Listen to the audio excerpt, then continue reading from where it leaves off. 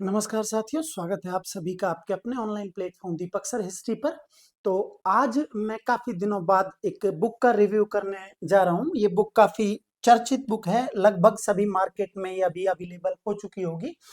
तो पप्पू सिंह प्रजापत जी ने ये बुक लिखी है, भारतीय इतिहास आरंभ से और आज़ादी तक। पीएसपी पब्लिकेशन की ये बुक है। पहले भी खूब सारी बुक्स पीएसपी पब्लिकेशन की आती रही हैं और ये बुक का कवर पेज है। ये बुक मेरे हाथ में है, ये पुस्तक है। मैं पहले सामान्य सी जानकारी आपको बता दूं कि पुस्तक जो है उसमें आरंभ से आजादी तक का इतिहास लिखा हुआ है। जो कीवर्ड शुरू में लिखे हुए हैं, भारतीय इतिहास के अद्यतन शोध परक तथ्यों का समावेश, एनसीईआरटी ओल्ड प्लस न्यू का समावेश, नवीन परीक्षा पैटर्न पर आधारित भारतीय इतिहास विषय के अधिकतम प्रश्न देने वाली सर्वोत्तम पुस्तक, और आजादी के बाद 1947 से 2000 ईस्वी। ठीक है, तो ये जो बुक का फ्रंट पेज है वो है, और ये बुक का लास्ट पेज जो है वो है रॉयल पब्लिकेशन से ये बुक प्रकाशित है।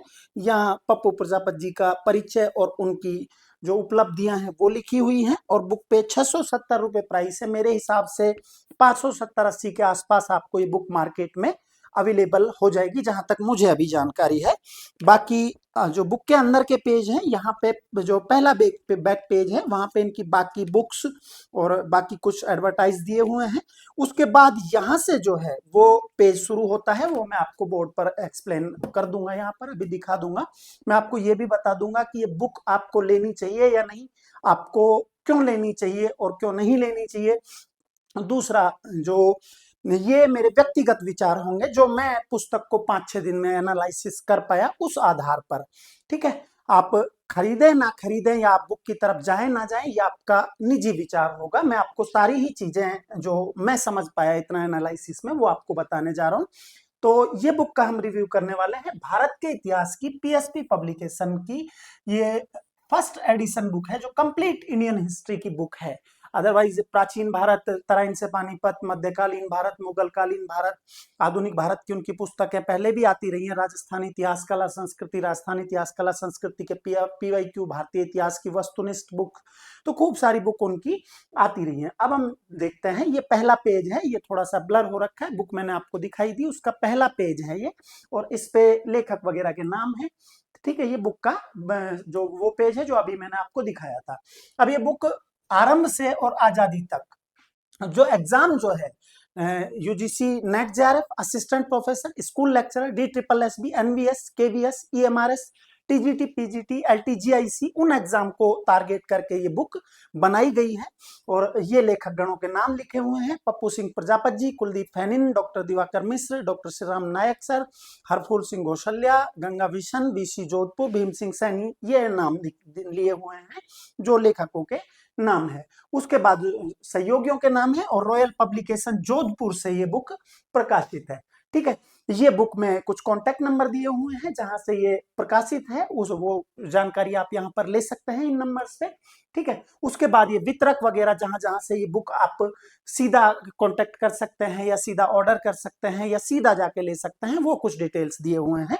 दूसरी बात, मैं एक चीज बताना भूल गया कि बुक का कागज जो है वो ना तो बहुत भारी कागज है और ना ही हल्का, मतलब पढ़ने में किसी तरह की कोई परेशानी उस कागज में नहीं है। बिल्कुल साफ और क्लियर कागज है बुक का।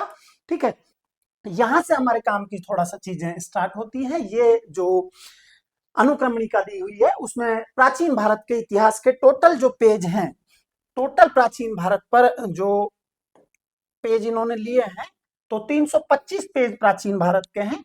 ये जो पूरा सिलेबस है वो जो इस बुक के अंदर है, प्राचीन भारतीय इतिहास के स्रोत, भौगोलिक संरचना, भारतीय संस्कृति की विशेषता, पाषाण काल, आद्य ऐतिहासिक काल जिसमें ताम्र पाषाण काल, लौह युग, महापाषाण काल, मध्यभांड संस्कृतियां, पहला नगरीकरण, सिंधु सरस्वती सभ्यता, उसके बाद वैदिक सभ्यता के दो काल, ऋग्वेदिक काल और उत्तर वैदिक काल, फिर प्राचीन भारत में जो धार्मिक आंदोलन हुआ 6ठी शताब्दी ईसा पूर्व, जिसका नेतृत्व बौद्ध और जैनों ने किया, तो वो आजीवक जैन, बौद्ध, शैव, भागवत, वैष्णव, शाक्त और अन्य संप्रदाय। दूसरा नगरीकरण, बुद्ध काल, सूत्र काल और महाकाव्य काल। फिर उसके बाद 16 महाजनपद, प्राचीन गणराज्य, मगध का उत्कर्ष, हरियक, शिशुनाग और नंदवंश। ठीक है, उसके बाद विदेशी आक्रमण, पारसिक और यूनानी आक्रमण जो हुए, मौर्य साम्राज्य, मौर्योत्तर काल, सुंग, कर्ण, सातवाहन, हिंद, यमन, शक, कुषाण, ये काल दिया हुआ है। उसके बाद दक्षिण भारत में संगम काल दिया हुआ है।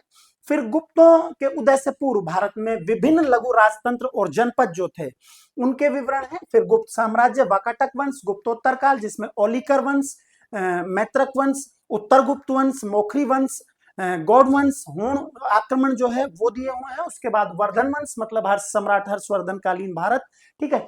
फिर हर्षोत्तर काल में कन्नौज का यशोवर्मन, कन्नौज के लिए त्रिकोणात्मक संघर्ष, सीमावर्ती राज्य बंगाल, कश्मीर, उड़ीसा, कामरूप, ये दिए हुए हैं।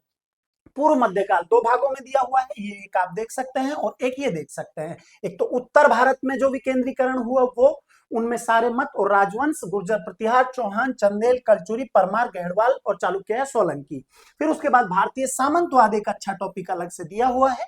फिर पूर्व मध्यकाल दक्षिण भारत में चालुक्य, राजपूत, पल्लव, चोल राजवंश ये दिए हुए हैं। फिर सुदूर दक्षिण के राज्य काकतीय, यादव, होयसल और पांडे ये दिए हुए हैं।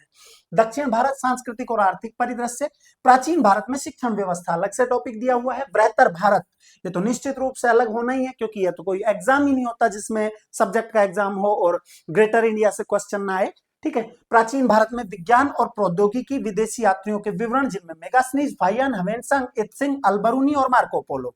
प्राचीन भारत में राज्य और समाज अर्थव्यवस्था, प्राचीन भारत कला और स्थापत्य।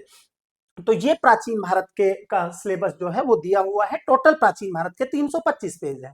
अब हम बात करते हैं मध्यकालीन भारत की, कि मध्यकालीन भारत में कौन कौन से टॉपिक कवर किए गए हैं। एक तो मध्यकालीन भारत के स्रोत, प्रारंभिक मुस्लिम आक्रमण, मोहम्मद बिन कासिम, महमूद गजनवी और मोहम्मद गोरी, ठीक है, दिल्ली सल्तनत।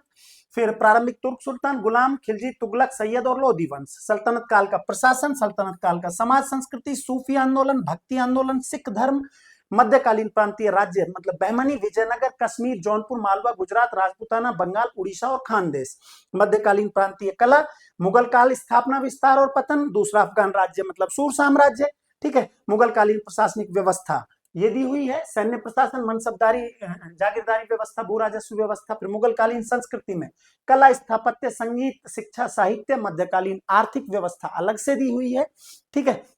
फिर मध्यकालीन विज्ञान और प्रौद्योगिकी जो है वो अलग से दिया हुआ है। मराठा साम्राज्य स्वतः ही अलग अलग टॉपिक है।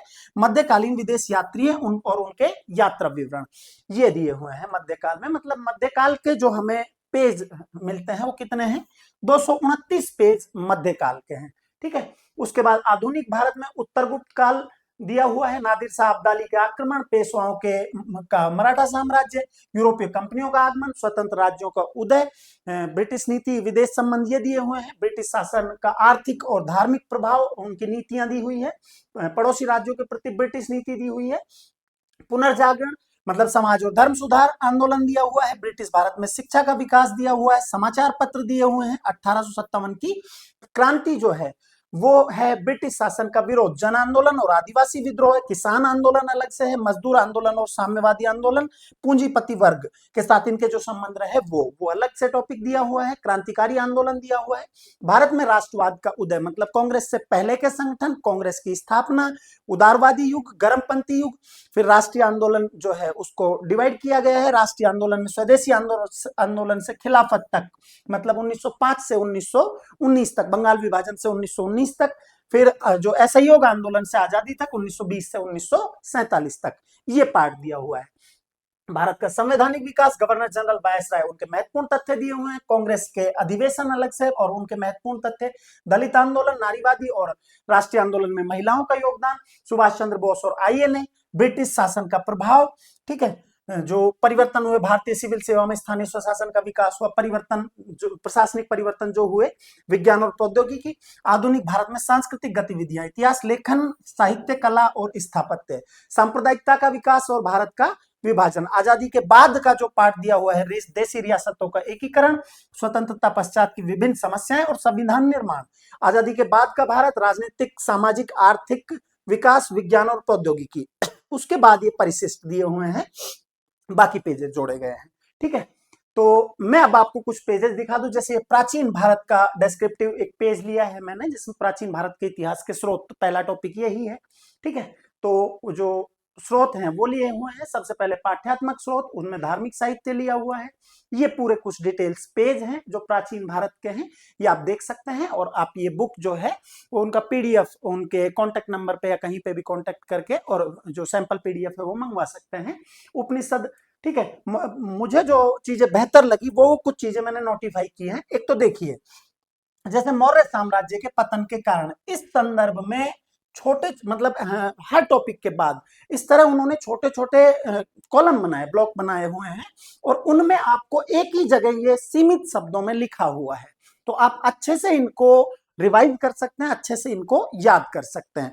इसी तरह के खूब सारे टेबल जो दिए हुए हैं, ये अशोक, सम्राट अशोक के शासनकाल की महत्वपूर्ण घटनाएं, उनकी अलग टेबल दी हुई है उन्होंने। मौर्य प्रशासन, ये भारतीय सामंतवाद अलग से टॉपिक जोड़ा हुआ है, जिसमें सामंतवाद को पूरी तरह अलग किया गया है कि सर्वप्रथम शब्द कहां से है, उपयोग कहां हुआ, पहले साक्ष्य कहां मिलते हैं, कहां से प्रारंभ हुआ।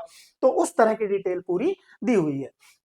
मध्यकालीन भारत, जैसे मध्यकालीन भारत के इतिहास के स्रोत, चचनामा तहकीक हिंद, ये कुछ पेजेस हैं किताबों के, ठीक है। तहकीक हिंद की विषय वस्तु दी गई है अलग से टेबल बना के कि अध्याय 1 में क्या है और जो अध्याय 80 तक किन किन पार्टों में वो डिवाइड है वो दिया हुआ है, ठीक है।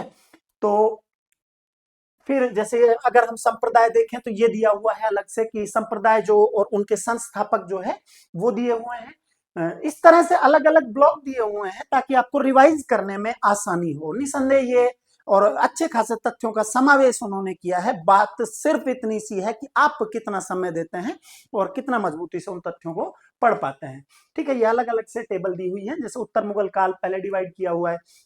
ऐसा नहीं है कि थ्योरी नहीं दी हुई है, खूब सारी थ्योरी दी हुई है, लेकिन मैं पेज केवल कुछ सीमित पेज ही, चूंकि ये सेशन बहुत लंबा ना हो इसलिए मैं सीमित पेज ही आपको दिखा पा रहा हूं। जैसे बाल गंगाधर तिलक का पूरा जो जीवन चरित्र है वो दिया हुआ है, और उनका प्रारंभिक जीवन भी और उनका राजनीतिक जो कैरियर था वो पूरा दिया हुआ है, उनका योगदान पूरा दिया हुआ है, ये देख सकते हैं आप, ठीक है। ये यहां तक, यहां तक सारा विवरण किसके बारे में है, बाल गंगाधर तिलक के बारे में है, ठीक है। ऐसे ही दादा भाई नौरोजी जो है उनके बारे में उन्होंने डिटेल लिखी है काफी सारी, अलग अलग से सारी पर्सनैलिटी जो है उनके बारे में उन्होंने अलग से लिखा है। परिशिष्ट जो दिए हुए हैं उनमें महत्वपूर्ण महत्वपूर्ण चीजें सीधे उठाई गई हैं, सीमित शब्दों का प्रयोग किया हुआ है, खूब सारे तथ्य जो है वो ऐड किए हुए हैं। और निसंदेह ये तो है ही कि हम उनकी पहले की बुक्स भी जो देखते हैं उनमें खूब सारे तथ्यों का समावेश है, बशर्ते आप उनको कितना समय देते हैं और कितना एनालिसिस करते हैं। तो तथ्य निश्चित रूप से काफी सारे नए तथ्य जो है वो उन्होंने इंक्लूड किए हैं। और जो अब के समय तक जहां तक मैं समझ पा रहा हूं, अगर भारत के इतिहास की एक समग्र बुक ली जाए तो उनमें से सबसे अपडेटेड जो गाइड है वो यही है, ठीक है, जहां तक मेरा निजी मानना है। आप ये सारी चीजें देख सकते हैं, ये अलग से परिशिष्टों में उन्होंने दिए हुए हैं। ऐसे कुछ डिटेल्स दिए हुए हैं, जैसे ये बोधि वृक्ष के बारे में है, ये सारे डिटेल एक जगह उन्होंने इकट्ठा करके दे दिए। जैसे शुतुरमुर्ग के अंडों का इतिहास क्या है वो उन्होंने एक जगह सारा डिटेल दे दिया है। ये आजादी के बाद के भारत के कुछ पेज हैं, ठीक है। ये रियासतों के एकीकरण और उस तरह की जो थ्योरी है वो सारी दी हुई है। स्वतंत्र रियासत हैदराबाद जो है वो दी हुई है। ये लास्ट में अंतिम पेज है जिसमें पप्पू सिंह प्रजापति जी की जो उपलब्धियां हैं वो भारी भरकम उपलब्धियां हैं, निसंदेह हैं वो, और वो उन्होंने लिखा है। और ये जो उनके ऐप वगैरह हैं उनके कुछ डिटेल है, आप अमेजोन और फ्लिपकार्ट पे ये बुक जो है वो ऑर्डर कर सकते हैं, प्राइस दिया हुआ है। मुझे जो बुक में जो 3-4 दिन के एनालिसिस में मैं जो देख पाया वो ये था कि सामान्य नक्शों का प्रयोग होना था, कि ताकि थोड़ा बहुत ये पता रहे कि मौर्य साम्राज्य की सीमाएं कहां कहां तक टकराती थी। आपके थोड़े से मैपिंग होने चाहिए थे। ऐसा नहीं है कि ये कोई भूगोल की बुक है कि यहाँ अक्षांश देशांतर नापे जाएंगे, ठीक है। और होता भी यही है कि बहुत सारे एजुकेटर ने, हिस्ट्री के एजुकेटर ने पर्टिकुलर क्या किया हुआ है कि उसे भूगोल बना दिया है, क्योंकि उनका कहीं ना कहीं सब्जेक्ट टकराता होगा। बाकी बहुत भारी भरकम भूगोल की इतिहास में कोई आवश्यकता नहीं होती, सामान्य नक्शों का उपयोग लेकिन कुछ पैमाने पर होना चाहिए था, जैसा मेरा मानना है। ओवरऑल मैं ये सजेस्ट करूंगा कि आप किताब की तरफ जा सकते हैं, अच्छी खासी किताब है। बाकी फिर भी आपके निजी विचार हैं कि आप बुक परचेज करते हैं या नहीं, आप खुद हाथ में लेके बुक को देखें, आप परचेज करें या ना करें, ये आपका निजी निर्णय है। जरूरी नहीं है कि हर भाषावली को एक तरह से समझा जाए, हो सकता है आपको कोई दूसरी बुक बेहतर लगे। मैं ये नहीं कह रहा कि कोई भी बुक जो है किसी भी राइटर ने लिखी है वो सही नहीं है, लेकिन जहां तक मैं एनालिसिस कर पाया फिलहाल तक के एग्जाम के फैक्ट ये बुक अच्छे से कवर करती है, और निसंदेह उतना कंटेंट है कि आपका एग्जाम में तो नैया पार हो जाए। दूसरी बात, रिसर्च जो करना है वो किसी गाइड के आधार पर होता भी नहीं है, और केवल्य और संबोधि हमें प्राप्त करना भी नहीं है, और वो हम कर भी नहीं सकते। ना हम गौतम बुद्ध हो सकते, ना महावीर स्वामी हो सकते। तो एग्जाम की दृष्टि से अच्छी खासी बुक है। अब आपका निजी विचार है कि आप इसके बारे में क्या सोचते हैं। मैंने मेरी तरफ से जो चीजें बतानी थी वो मैं बता चुका हूं। यहां हमारा सेशन पूरा होता है। मिलते हैं नेक्स्ट सेशन में। तब तक के लिए जय हिंद, जय भारत, जय राधा माधव। Thank you.